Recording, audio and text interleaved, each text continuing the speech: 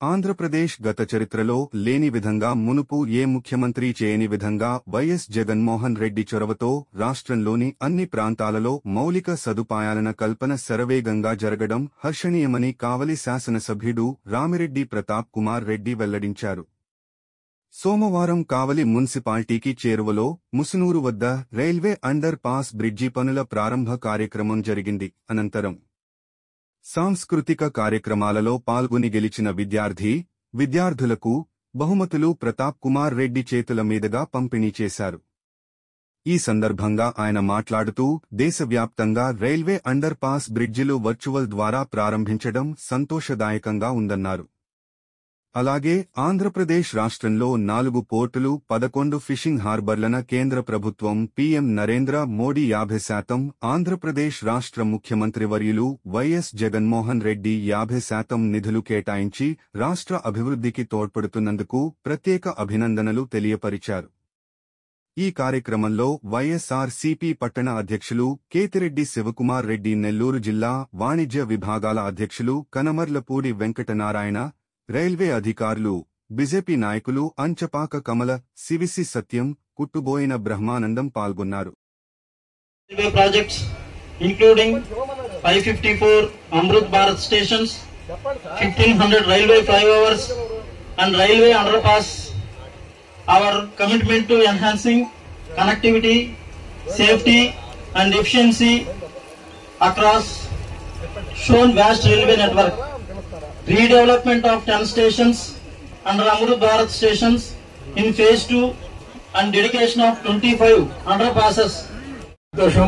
ఎందుకంటే central government ఈ railway crossings కూడా గేట్లన్నీ కూడా మ్యాక్సిమం తీయగా వాటి వల్ల అనేక ప్రమాదాలు జరుగుతున్నాయి అని చెప్పి కొన్ని ఫ్లైఓవర్స్ కావచ్చు, అదేవిధంగా అండర్ పాస్ కావచ్చు, దాదాపు దేశమంతటా కూడా 450 ఈ ఫ్లైఓవర్లు అండర్ పాస్ ఒకే రోజు వర్చువల్ ఓపెనింగ్ గౌరవ మన ప్రధాని శ్రీ నరేంద్ర మోదీ గారి చేత ఈరోజు ప్రారంభించబడుతున్న సందర్భంగా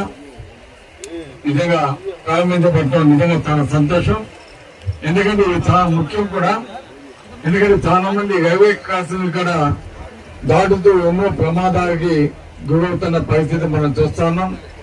అదేవిధంగా సమయం కూడా ఏ విధంగా వృధా అవుతుందో కూడా మనమంతా కూడా చూస్తా ఉన్నాం. ఎందుకంటే ఎగ్జాంపుల్ మన భోగోలు మండలంలో భోగోలు రైల్వే గేట్ కూడా ప్రస్తుతం మన కావలి నియోజకవర్గంలో ఎక్కువ రద్దీగా ఉండే ప్రదేశం. అక్కడ ఫ్లైఓవర్ నిర్మించాలని ఎంతో కాలంగా అనుకుంటూ ఉన్నారు. దానికి సంబంధించి ప్లాన్స్ కూడా రెడీ అయినాయి. కానీ కొన్ని కారణాల వల్ల అది ఆగి ఉంది. దానివల్ల ప్రజలు చాలా ఇబ్బంది పడుతా ఉన్నారు. అంతేకాకుండా ఎంతో సమయం కూడా వృధా అవుతా ఉంది.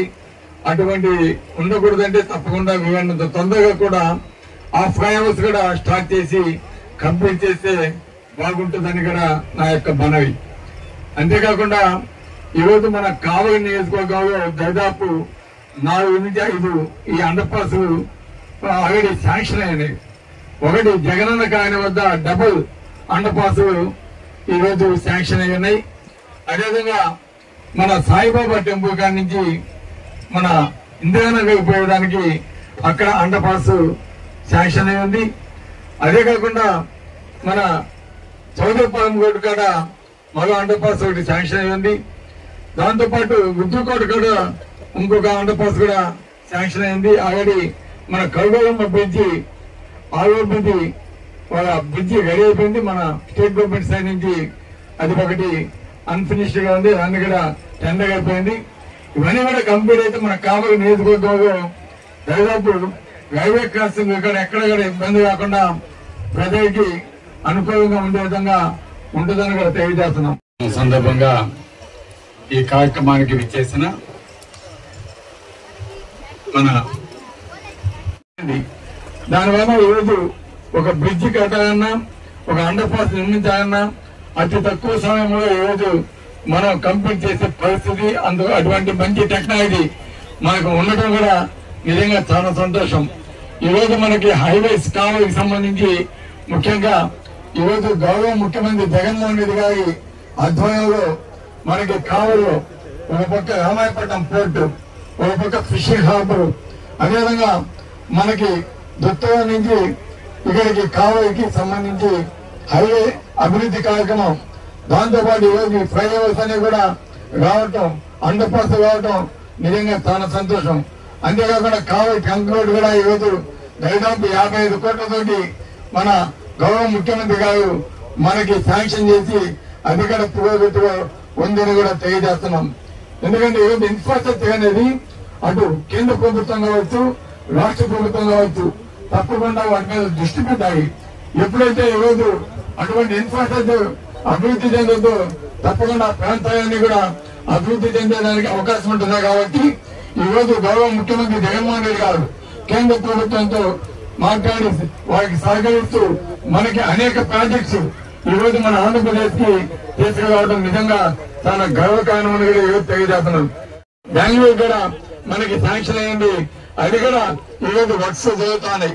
దీనివల్ల ఏంటంటే మనకి ట్రాన్స్పోర్టేషన్ చాలా ఈజీగా పోతుంది, సమయం కూడా చాలా తగ్గిపోతుంది, దానివల్ల ఇంధనం ఆదా అవుతుంది.